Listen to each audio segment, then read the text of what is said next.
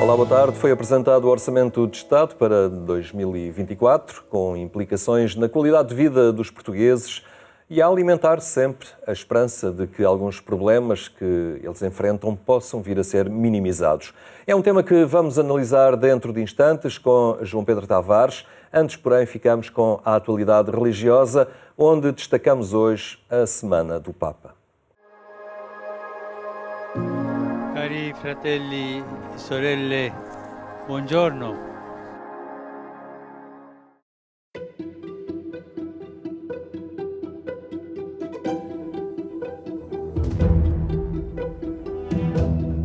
Rios de sangue voltam a correr na Terra Santa. Perante a escalada de violência entre Israel e Palestina, Francisco renova apelos às duas partes para que se encontrem soluções justas e dignas de cada ser humano. Continuo a seguire con dolore e apprensione quanto sta succedendo in Israele e Palestina. Tante persone uccise, altre ferite. Prego per quelle famiglie che hanno visto trasformare un giorno di festa in un giorno di lutto e chiedo che gli ostaggi vengano subito rilasciati. È diritto di chi è attaccato a difendersi, ma sono molto preoccupato per l'assedio totale in cui vivono i palestinesi a Gaza, dove pure ci sono state molte vittime innocenti. Il terrorismo e gli estremismi non aiutano a raggiungere una soluzione al conflitto tra israeliani e palestinesi, ma alimentano l'odio, la violenza, la vendetta e fanno solo soffrire gli uni e gli altri. Il Medio Oriente non ha bisogno di guerra, ma di pace, di una pace costruita sulla giustizia, sul dialogo e sul coraggio della fraternità.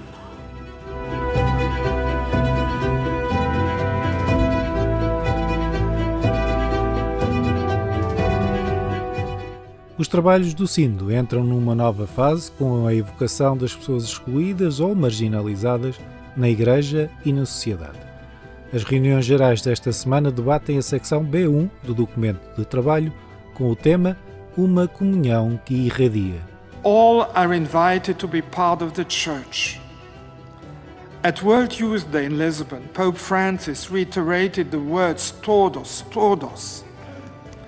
And in his homily at the opening Mass of our assembly, tutti, tutti.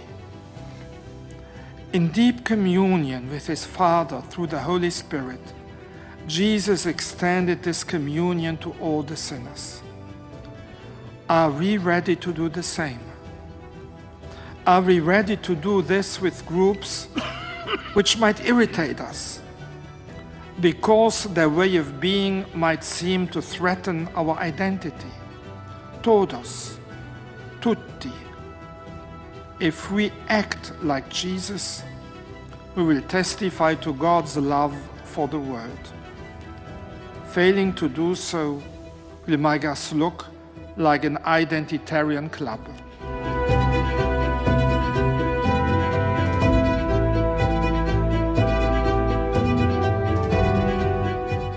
Os dois representantes da Conferência Episcopal Portuguesa nesta Assembleia Sinodal participam pela primeira vez num encontro deste género. Uma experiência única que começa a deixar marcas para o presente e para o futuro. Isto não é um Parlamento em que se chega para saber quem é que vence, quem é que traz mais votos, quem é que traz argumentos mais atilados ou o que quer que seja. Não. Trata-se sobretudo de ver, e para a Igreja isso é muito importante, e a ver a nível de qual é a nossa missão e a nossa vida e o nosso propósito, aquilo a que somos chamados. E isso não é simplesmente uma realidade nossa, é por isso que se começou como um retiro. Porque o senhor da Igreja é outro. Para mim, é o facto de, numa Assembleia Sinodal deste género, haver bispos, haver presbíteros, haver diáconos, haver consagrados e haver leigos, acho que é uma coisa fabulosa, porque só nos ajuda a perceber e a percepcionar aquilo que é a realidade da Igreja e também do mundo em que nos situamos de uma forma mais completa. E non dimenticatevi di pregare per me. Arrivederci.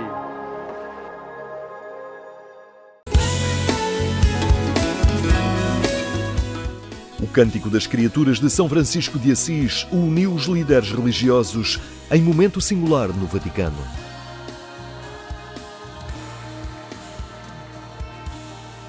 Altissimo, onnipotente, buon Signore, Tu è sole lauda la gloria e l'onore, e tone benedizione. A voz de João Maria Carvalho silenciou e uniu mais de 3.000 pessoas na Praça de São Pedro. In cellula formate, clarite, preziose e belle. O momento era solene e histórico. Os líderes religiosos juntavam-se a convite do Papa Francisco para rezar na véspera do início do Sínodo dos Bispos. O Cântico das Criaturas de São Francisco de Assis, entoado à capela no dialeto local da Úmbria, mostrava que chamar irmão ou irmã aproxima formas distintas de dizer hoje o cristianismo. Há comunidades que estão, de facto, a dizer em voz alta e também em voz baixa e em silêncio as suas feridas e a vivê-las em conjunto. E isso, para mim, quer dizer, acho que é um motivo de maior esperança. E sentir também que o Papa quer pôr nome a isso, quer dizer isso, quer que isso tenha nome, quer que isso ganhe nome e que isso seja ouvido, seja tido em conta. São experiências comunitárias conduzidas pelo Espírito que o Papa não quer silenciar e onde João encontra a esperança do futuro. Sente-se de facto que nos estamos a mover e nós os leigos também, que sente-se que os leigos estão a mexer-se muito e que é impossível não olhar, não ouvir, não dar conta desse movimento. E acho que esse acolhimento desse movimento que o Papa tem tido tem sido um sinal de que as coisas estão, como diz a Laudato Si, que as coisas podem mudar. João Maria Carvalho tem 24 anos e um deslumbramento pela beleza das coisas simples. A Associação Casa Velha, Ecologia e Espiritualidade é um laboratório onde o futuro está a ser construído. Isto de chamar irmão ou irmã pode começar como uma brincadeira de crianças. E seria bonito se fosse assim, quer dizer, vamos experimentar chamar irmão e irmã a tudo. E se eu experimentar chamar irmão como num faz de conta, passado um tempo a coisa começa a deixar de ser um faz de conta, como a criança que a dada altura da brincadeira já se esqueceu que começou a brincar, já sente mesmo que é o fazer de conta que é o pai, que é a mãe, que está a brincar com... E então quando eu começo a chamar irmão ou irmã, ou mano ou mana, parece que qualquer coisa se começa a alterar. Então, sim, vivo com esperança porque vivo na pele esta experiência de manos e de manas, esta experiência de teias que nos ligam a um fundo que é comum a todos, que se calhar tem a ver com aquele verso tremendo do São Francisco que diz: louvado sejas pela irmã morte. As palavras que descobre nos poemas com que cresceu ou a língua portuguesa que entrega aos estudantes estrangeiros a quem dá aulas são as mesmas que convocam ao silêncio e que convidam a perceber como esperança e fraternidade são unas e possíveis de se tornarem presença real. É sobretudo uma esperança corporal, porque ela se sente, ela se toca e acho que os irmãos de TZ nas próprias orações fazem isso muito presente. É uma esperança que se toca até no próprio silêncio, aqueles longos minutos de silêncio que fizemos todos juntos.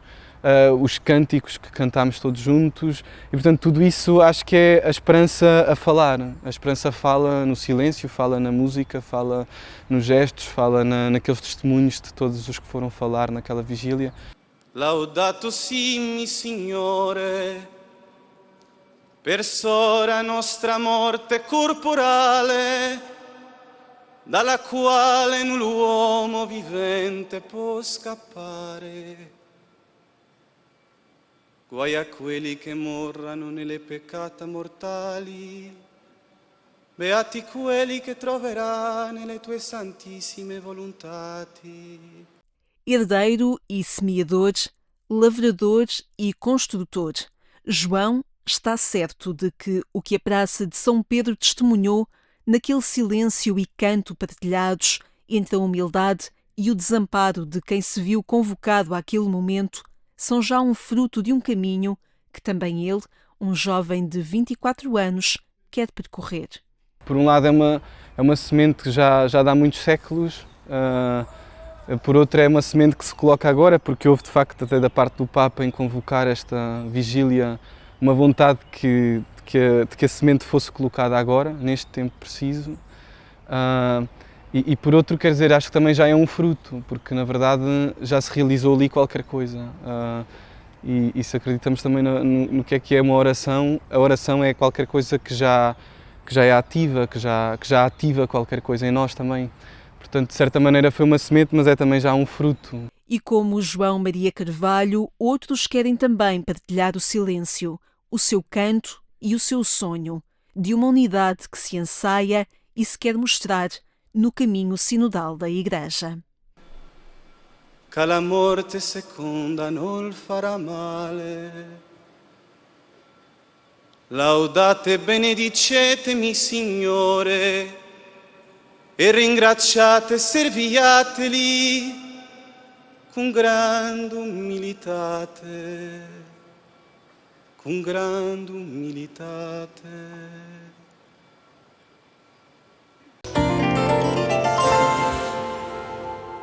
A atualidade que pode acompanhar em permanência em agência.eclésia.pt. Agora, o novo Orçamento de Estado. Temos entre nós o Presidente da Associação Católica de Empresários e Gestores, João Pedro Tavares. Boa tarde, obrigado por estar entre nós uma vez mais. É um novo orçamento. É desta vez que os portugueses poderão a sonhar com melhores condições de vida, a inverter esse drama da pobreza que nos vai atingindo há tanto tempo e que uma curva que nunca teima em não se inverter? Boa tarde, Henrique. É um gosto estar aqui convosco. Não, as condições vão melhorar no ano das eleições. Aí sim vai haver uma boa melhoria, até porque existem almofadas que estão a ser guardadas para esse tempo e aí sim as coisas vão melhorar. Claro que tem havido bastantes manifestações, começa a haver algumas greves e, portanto, temos uma situação onde somos governados de uma forma gerida conforme o contexto do dia-a-dia, conforme quem mais grita. Espera-se uma melhoria de algumas classes médias, a nível da classe média, mas não uma melhoria para todos, não uma transformação. É um orçamento de gestão de curto prazo, imediatista, não tem nada de transformador. Este é um jogo do qual sabemos o final, o resultado final, que é, vamos empobrecer mais e vamos ficar, em termos económicos, perder competitividade.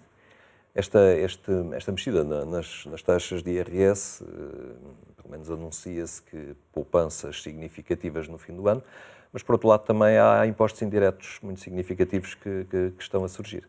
Exatamente, iremos ver no final do ano como é que a carga fiscal evoluiu. O Governo de facto aliviou um conjunto de escalões de IRS.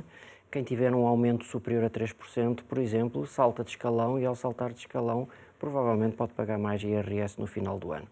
Portanto, é dar com uma mão, retirar com a outra. Aqui falta, de facto, uma transformação de fundo para a nossa sociedade. Nós temos um conjunto significativo de famílias que dependem da ajuda do Estado. Temos 30% dos pobres em Portugal trabalham, portanto, também temos um desafio para o lado das empresas. Este é um tema que devia ser resolvido por todos e não apenas pelo Governo. E era nesse sentido que se devia caminhar. Este aumento do rendimento do trabalho para os cidadãos parece ser necessário, ser um caminho quase obrigatório seguir no sentido de uma modernização da nossa economia, mas isso também tem que ser acompanhado por um desagravamento fiscal? Sim, repara uma coisa, a melhoria da economia só acontece por transformação, não acontece por melhorias intermédias, não é? Costuma-se dizer que a descoberta da eletricidade não resultou da melhoria contínua das velas. Portanto, teve que haver uma transformação significativa. E a melhoria da economia surge a partir do momento que as famílias e as empresas fiquem melhor capitalizadas, que haja um maior investimento, que haja um maior consumo, mas, sobretudo, que haja um maior investimento ao nível do tecido produtivo para que Portugal possa exportar mais, ganhe maior competitividade e, através dessa melhoria, possa remunerar melhor as famílias. Nós temos um problema, temos vários problemas estruturais e esses problemas estruturais necessitam de ser mudados significativamente. Temos um problema porque o salário médio aproxima-se do salário mínimo, temos um problema porque o salário mínimo, que apesar de corresponder a mais de 70% do salário mínimo europeu, o salário médio corresponde a 50%, significa que temos um número significativo de pessoas a receber salário mínimo. Esse número vai subir, estava no passado nos 25%, 1 em cada 4 trabalhadores recebia salário mínimo, vai subir porque o salário mínimo, ao subir significativamente, nem todas as empresas vão acompanhar estas subidas e, portanto, o número de trabalhadores que ficará em salário mínimo será maior. No entanto, apoiamos, achamos que é uma boa medida e tudo o que tenha a ver com a dignidade das famílias, a dignidade das pessoas, dos trabalhadores, tem todo o nosso apoio. É algo que caracteriza os ciclos da democracia, mas estes ciclos, precisamente, podem ser um bocadinho entrave a tomadas de posição mais arrojadas, a pensar o país a médio e longo prazo e não apenas no horizonte dos ganhos políticos imediatos. Sim, nós vivemos em ciclos de eleições e estamos sempre focados em sondagens e como é que se evolui e estamos, portanto, nesta política miudinha do dia-a-dia, coisas pequenas, e não debatemos temas de fundo da nossa sociedade. Um é o desenvolvimento económico, a competitividade, outra a capitalização das próprias empresas, que são os maiores contribuidores para a política fiscal que existe, são um significativo contribuidor. Outro é o tema da migração. Vivemos um verdadeiro inferno demográfico, porque para além de sermos uma população cada vez mais envelhecida, em que os próprios sistemas de segurança social não subsistirão para lá de 2050 ou com ajustes significativos, porque somos de facto uma população envelhecida, precisamos de atrair imigrantes, precisamos de crescer em termos de natalidade. O povo português não pode ser um povo em vias de extinção e, portanto, nós temos que criar condições para que os jovens iniciem a sua vida profissional e familiar, possam adquirir habitação, possam ter empregos condignos, mas é uma equação complexa, porque com a pandemia o mundo do trabalho mudou significativamente e, portanto, esses jovens muitos não precisam de emigrar para trabalhar para empresas estrangeiras, outros imigram e vão trabalhar para o estrangeiro e, portanto, quando nós falamos em valores de mercado, não falamos em valores de mercado nacional, já temos que ter uma visão muito mais ampla. Portanto, este é um problema complexo que exige uma solução complexa, um caminho complexo e abrangente de transformação. Está à vista? Não, acho que não. Continuamos na gestão corrente. É este Orçamento de Estado, algo que condiciona muito a vida dos portugueses e o nosso futuro económico. Como é que a Associação Católica de Empresários e Gestores depois vai fazendo caminho nesta proposta de justiça social e de doutrina social da Igreja, neste universo de condicionalismos económicos e de desafio de produtividade? Acaba por ser um desafio também ele muito interessante e também apaixonante. Olha, nós queremos inspirar os líderes empresariais a viver o amor e a verdade como critérios de gestão, para com isso transformar as empresas e influenciar a sociedade. Somos uma associação com mais de 1000 associados, com presença em todo o país. O que é que nós procuramos promover? Antes de mais, unidade de vida e uma ética empresarial que começa por ser pessoal nesta unidade de vida e que é uma base para o combate à corrupção e ao facto de nos corrompermos. Portanto, este é um aspecto determinante. Temos que atuar com uma ética que seja irrepreensível. O segundo aspecto é que sejamos uma sociedade que paga a horas e que todos pagam a horas, desde o Estado Central ao Estado Local, às empresas, às associações e instituições, pagamos a horas. Esse é um problema porque há dilapidação de postos de trabalho em muitas empresas porque não recebem a horas e não pagam a horas e têm problemas grandes de tesouraria e, portanto, nós queremos promover esse rigor e essa confiança. Se não se pagar a horas, não há confiança. E o próprio Estado tem um papel aí. Depois queremos promover empresas familiarmente responsáveis. Queremos que as empresas cuidem da família, que é a célula central da sociedade. E depois temos programas para as empresas de combate à pobreza e à erradicação da pobreza dos seus colaboradores. E esse é um tema absolutamente crucial e central. Por isso é que eu dizia que este não é um tema apenas e só do Estado, do Governo, mas é de todos. E temos que ser absolutamente convergentes na forma de atuar. Esse é um horizonte de caminho para uma empresa alinhada nos valores da doutrina social da Igreja, mas também é o caminho a seguir para uma empresa que se queira moderna e adequada aos tempos novos? Sim, as novas gerações valorizam muito o que é a responsabilidade social corporativa, sobretudo responsabilidade de negócio, num sentido que hoje há muitos acrónimos ambientais, ecológicos, sociais, de governo, de bom governo. Repare que tudo isto que eu estive a falar, da ética, do governo, do impacto social, da responsabilidade ecológica, aplica-se a tudo. Os jovens valorizam muitas vezes mais estes aspectos do que as remunerações. E, portanto, uma economia do bem comum, que é a forma como nós denominamos a doutrina social da Igreja, é o nosso futuro e queremos promovê-lo em conjunto com outros. Também não nos cabe só a nós. Muito bem, João Pedro Tavares, muito obrigado por esta partilha, esta presença, a analisar este Orçamento de Estado, mas também este caminho a seguir pela ASEG, que vai envolvendo e também contagiando, no bom sentido, muitas outras empresas que vão aderindo. Obrigado pela sua presença aqui entre nós. Nós ficamos por aqui, agradecemos o facto de ter estado connosco. Tenha então uma muito boa tarde e até amanhã, se Deus quiser.